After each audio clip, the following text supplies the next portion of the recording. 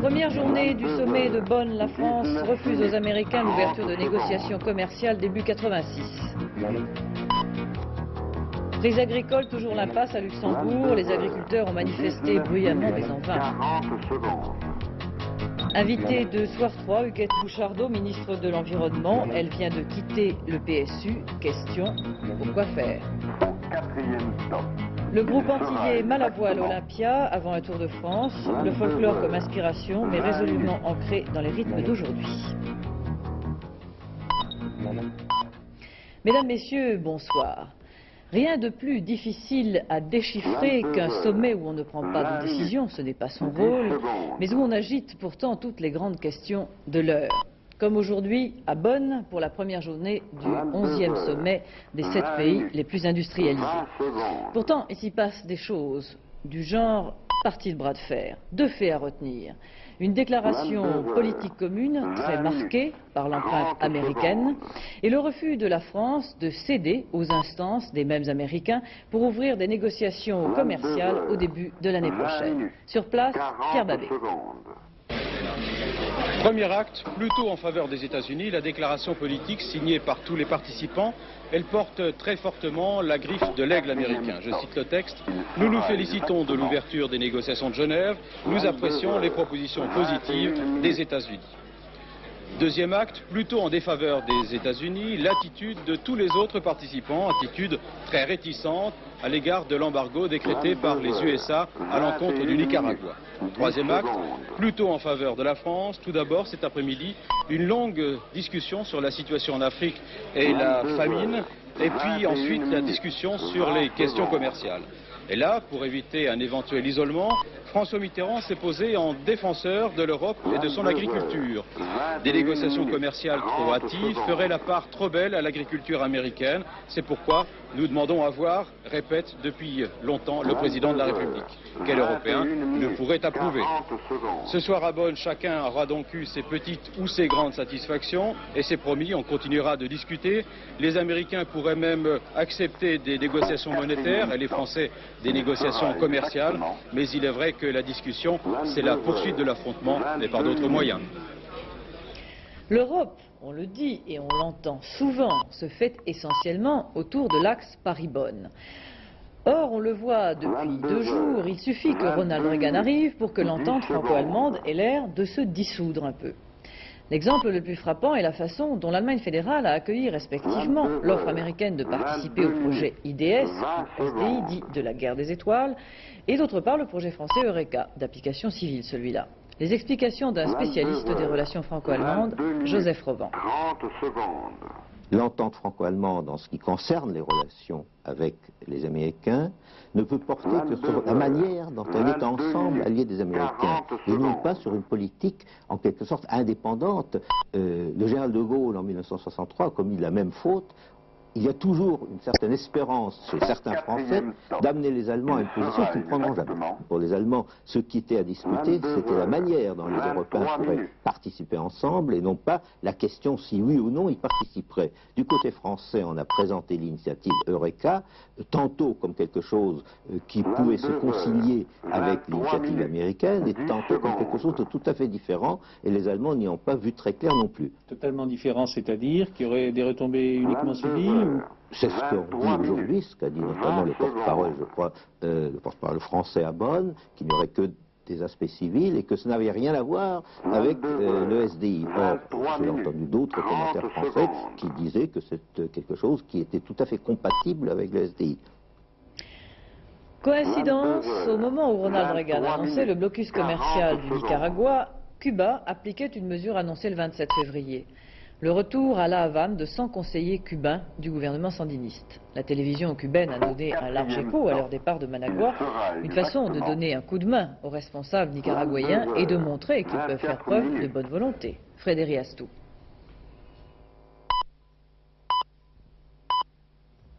C'est le 27 février dernier que le président du Nicaragua, le commandant Ortega, actuellement en visite en Europe de l'Est, avait annoncé le retour à La Havane de 100 conseillers militaires cubains que l'on voit ici au moment de leur départ à l'aéroport de Managua. Cette décision, appliquée malgré le blocus commercial imposé par Washington, avait été confirmée début mars par le gouvernement de Fidel Castro. Elle avait pour but de montrer la bonne volonté des sandinistes et des Cubains dans la recherche de la paix en Amérique centrale, conformément aux recommandations du groupe de Cantadora. Ce groupe, qui rassemble le Mexique, Panama, la Colombie et le Venezuela, préconise en effet le retrait de tous les conseillers militaires étrangers de la région. Reste que l'on ne connaît pas officiellement le nombre exact de conseillers cubains envoyés jusqu'à présent au Nicaragua. Managua part de 800 personnes alors que Washington cite le chiffre de 2000 conseillers. Selon les gouvernements du Nicaragua et de la Havane, cette différence s'explique par la présence au Nicaragua de nombreux civils cubains décomptés comme conseillers militaires par les Américains. Au sud Liban, les réfugiés chrétiens attendent de pouvoir rentrer chez eux. Ceux qui sont massés à la frontière israélienne, ils sont 18 000, pourront dans un premier temps, s'ils le veulent, être envoyés à Beyrouth, par mer, à partir du port de Haïfa. Les routes sont coupées à cause des combats. Ils voyageront à bord de bateaux libanais, une opération de sauvetage à laquelle Israël a donné son feu vert. Sur les 18 000 réfugiés, 800 ont pris la mer aujourd'hui. Toujours pas d'accord sur les prix agricoles. À Luxembourg, les 10 ministres de l'agriculture européens reprendront leur discussion demain matin. Ils se heurtent toujours au refus allemand de baisser les prix. Plusieurs milliers d'agriculteurs venus de plusieurs pays pour manifester leur impatience se sont eux heurtés à la police. Jean-Marie Belin. Ni la pression des manifestants de cet après-midi, ni les efforts de la présidence italienne ne feront bouger d'un pouce le ministre allemand de l'Agriculture, Ignaz Kischle. Son objectif, tenir bon jusqu'aux élections locales du 12 mai en Allemagne. Le problème principal est en effet celui du gel, voire de la baisse des prix des céréales. Ce secteur ne concerne que 10% des producteurs allemands qui n'exportent pas, mais qui sont des petits exploitants. Leur garantir un revenu décent, c'est aussi soigner des électeurs. Kischle, qui aime les statistiques, démontre, courbe concordante à l'appui, que si les prix baissent, la CSU bavaroise dégringole. Avec des arguments pareils, toutes les autres délégations peuvent être quasiment d'accord entre elles. Rien ne bougera avant les élections allemandes. Témoin vedette du procès de la tuerie d'Oriol à Aix-en-Provence, Pierre Debizet, dit le colonel, ancien responsable du SAC. D'abord mis en cause dans cette affaire, il a fait 2 mois de prison, mais a bénéficié ensuite d'un non-lieu. On s'attendait aujourd'hui à une audition très formelle. Émilie Rafoul. Erreur, coup de théâtre, cet après-midi au tribunal d'Aix-en-Provence. Pour la première fois, Pierre Debizet est impliqué par l'un de ses anciens adjoints, Jean-Joseph Maria. Non pas pour la tuerie d'Oriol, mais pour un attentat que le SAC aurait commis contre un hôtel des impôts à Marseille. Attentat que Pierre Debizet a toujours déclaré ignorer. Aujourd'hui encore, le président lui repose la question. Pierre Debizet répond, toujours par la négative. Et c'est là que, contrairement à toute attente, Jean-Joseph Maria, l'un des principaux inculpés de la tuerie d'Oriol, se lève pour démentir son ancien chef. Je suis affirmatif, dit-il, je lui ai raconté cet incident dans les détails. Si aujourd'hui Maria rompt la loi du silence, alors question, que nous réserve la suite du procès et surtout, jusqu'où ira la mise en cause du colonel? Question des observateurs politiques ce soir. Sommes-nous devant un cas de cohabitation?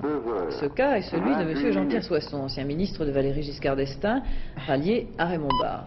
Le ministre du Travail, Michel Delebarre, a annoncé que M. Soisson serait nommé président du comité de coordination des programmes régionaux d'apprentissage et de formation continue, comité qui sera mis en place le 6 juin prochain. Contre la cohabitation, 18 députés du Parti républicain, c'est-à-dire les 2/3 des élus de ce parti à l'Assemblée nationale. En annonçant leur position, ils ont salué, je les cite, l'attitude ferme, courageuse et constante de Raymond Barre sur cette question. Invité de Soir 3, nous sommes toujours au chapitre politique, quelqu'un dont on se demande si elle ne se prépare pas à jouer un rôle dans ce concert. Huguette Bouchardot, ministre de l'Environnement, elle vient de quitter le PSU. La question est de savoir pourquoi, Michel Naudy. Oui, et pour préciser ce point qui n'est pas sans intérêt, je voudrais savoir si vous avez quitté le gouvernement ou bien est-ce que c'est le PSU qui a quitté, si vous avez quitté le PSU, pardon, ou bien est-ce que c'est le PSU qui a cessé de soutenir le gouvernement?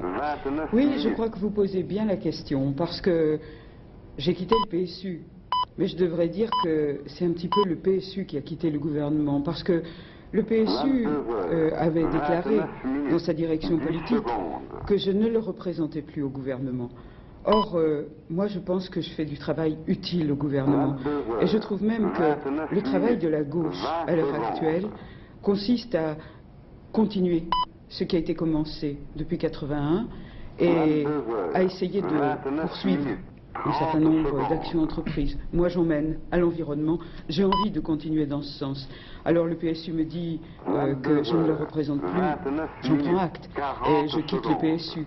Oui, mais au-delà de votre cas personnel, il y a quand même un problème qui se pose. Le PSU cesse de soutenir l'action gouvernementale, le Parti communiste ça fait déjà bien longtemps, les radicaux de gauche prennent quelques aises localement avec la solidarité majoritaire. Pas leur ministre. Pas leur ministre, enfin ça dépend si on parle des ministres à l'Élysée ou des ministres dans le Tarn-et-Garonne par exemple. Mais on peut se demander si en fait de front républicain on n'assiste pas à des soustractions républicaines en ce moment. Moi, je ne crois pas. Je crois qu'il y a des différences entre ce qui est en train de se passer de la part d'un certain nombre d'appareils de partis et puis ce qui est en train de se passer dans la réalité, où on se dit qu'il y a des actions à faire. Et finalement, moi j'ai lu les sondages, je vois qu'il y a 67% de Français qui approuvent l'action de Fabius aujourd'hui. Qu'est-ce que ça veut dire? Je trouve qu'il y a aujourd'hui beaucoup de gens qui sont d'accord avec ce que fait le gouvernement. Avec ce qu'il fait ou avec la façon dont il en parle? Parce que vous savez que les sondages sont différents pour le président Mitterrand et les intentions de vote encore plus différentes. On peut apprécier comme on veut, mais je pense que de toute manière, il y a une grande différence entre la façon dont les groupes politiques se prononcent de manière souvent tranchée, en opposition avec le gouvernement, avec la ligne majoritaire, et puis d'autre part, ce que les Français attendent du gouvernement. Et je crois que ce qu'ils attendent, c'est qu'on fasse un certain nombre de choses. Moi, je peux parler de mon domaine. Je suis ministre de l'Environnement. J'ai l'impression de réaliser dans ce domaine-là. Et j'ai l'impression de passer d'un temps, quand j'étais militante dans l'opposition, où je parlais beaucoup, où j'essayais de dessiner un projet de société, mais sans capacité à le réaliser. Oui, mais là, vous faites une critique des partis politiques. On le retrouve d'ailleurs chez un ancien du PSU, chez Michel Rocard, très récemment, dans un propos. Est-ce que vous ne contribuez pas de cette façon à dépolitiser encore plus ce pays en critiquant les appareils politiques? C'est paradoxal de la part d'une femme qui a fait sa campagne, toute sa promotion politique, sa vie politique dans un parti, quand même. Pardon, je ne sais pas si le mot promotion convient très bien, mais en tout cas, j'ai beaucoup travaillé au PSU depuis 25 ans. J'y étais à sa fondation et je viens de le quitter. Donc j'ai beaucoup milité dans un parti politique. Je dirais volontiers, comme le disait Michel Rocard l'autre jour, que c'est pas commode, que c'est souvent douloureux et que je préfère pour ma part ce que j'appelle l'action réelle, qui consiste à traiter des dossiers, à faire avancer des questions, à essayer de dégager des accords entre les gens, même quand ils sont partis d'idéologies différentes. Et ça, je trouve que ça vaut tout à fait la peine, et que c'est sur ce projet-là qu'il faut faire 86 et qu'il faut faire l'après 86. S'il vous plaît, d'un mot, et pour conclure, une question bien politicienne. Vous allez dire au PS? Non, pas du tout.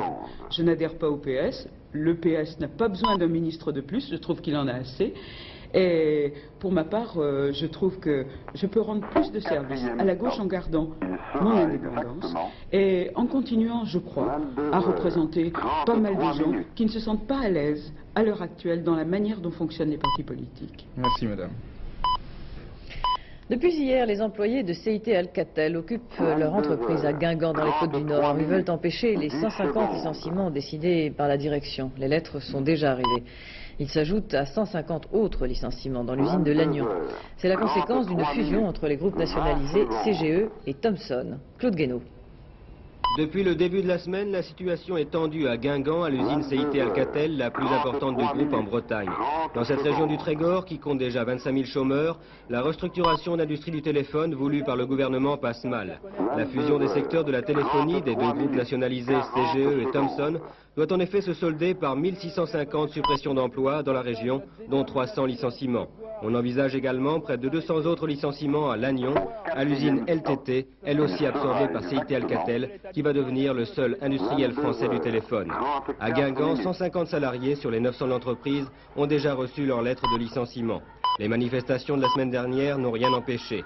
Depuis hier, une centaine de licenciés ont décidé l'occupation. Pour la direction, il n'est pas question de revenir sur les licenciements nécessaires à la rationalisation du secteur. Quant au pouvoir public, il compte sur l'implantation à court terme de nouvelles usines pour remplacer les emplois perdus. Double meurtre mystérieux dans un bureau de poste de Monceau-les-Mines. Un client a découvert une employée et une cliente égorgées. La police soupçonne que c'est à la suite d'un hold-up manqué. Elle a déclenché le plan épervier et passe la région au peigne fin. À Monaco, 3 personnes ont été tuées et 14 autres légèrement blessées par l'explosion accidentelle d'un camion transportant du matériel pour feu d'artifice. Pour une raison inconnue, le camion a pris feu dans l'entrepôt où il était garé et les 3 victimes se trouvaient autour du camion à ce moment-là. Un stimulateur cardiaque, c'est petit, mais ça peut rapporter gros. Telle est, exprimée en termes plus nuancés, la conclusion de l'IGAS, l'inspection générale des affaires sociales. La presse avait dénoncé, vous vous en souvenez, le trafic des pacemakers. Plus modéré, l'IGAS conclut tout de même à la réalité de pots de vin touchés par des médecins. Hubert Coudurier. Le rapport remis au ministère de la Santé met en évidence les liens ambigus entre une partie du corps médical et l'industrie des pacemakers. Il ne retient pas les accusations de prélèvement sur cadavre pour être réimplanté. De même que le système de tarification proportionnelle aux appareils vendus ne lui semble pas avoir déclenché une vague d'implantation abusive. Il demeure que les relations financières entre médecins et fabricants doivent être assainies. Contrats d'études bidons, frais de voyage ou de formation, autant de rémunérations occultes souvent incluses dans des prix de vente surévalués. Il est vrai que des progrès décisifs ont été accomplis depuis 10 ans grâce aux recherches des médecins. Mais leur rémunération doit être basée sur la qualité des services rendus, souligne le rapport. L'absence de statistiques officielles dans ce domaine rend aujourd'hui nécessaire une commission de la concurrence pour une plus grande transparence du marché, estime l'IGAS. Quant aux médecins, ils devront déclarer aux directions des hôpitaux les contrats passés avec les firmes. Une moralisation indispensable qui devrait s'accompagner de sanctions pour ceux qui ont mis trop de cœur à l'ouvrage. Malavoie. Ce nom ne vous dit rien. Premier indice, c'est un mot créole, antillais. Il veut dire canne à sucre. Deuxième indice, ce nom brille en lettres rouges au fronton de l'Olympia à Paris. Solution, c'est le nom d'un groupe de chanteurs et de musiciens, antillais, tous amateurs, qui viennent d'arriver pour une tournée dans 10 villes. La recette de leur musique, c'est folklore, plus jazz, plus salsa. Nostalgique et branché, m'a dit Anne Rongère qui est allée les écouter. Le groupe Malavoie, sous les cocotiers, pour les besoins d'un clip.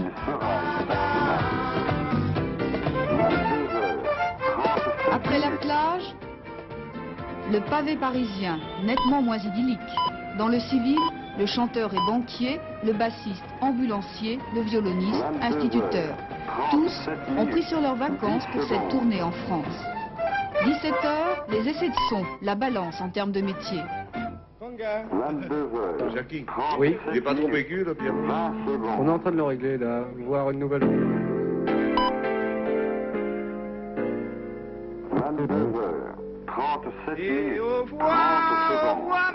Par ordre d'entrée en scène, l'Afrique, Conga et Tiboua. La vieille Europe avec ses violons vertiges, sans oublier Cuba et la Nouvelle-Orléans.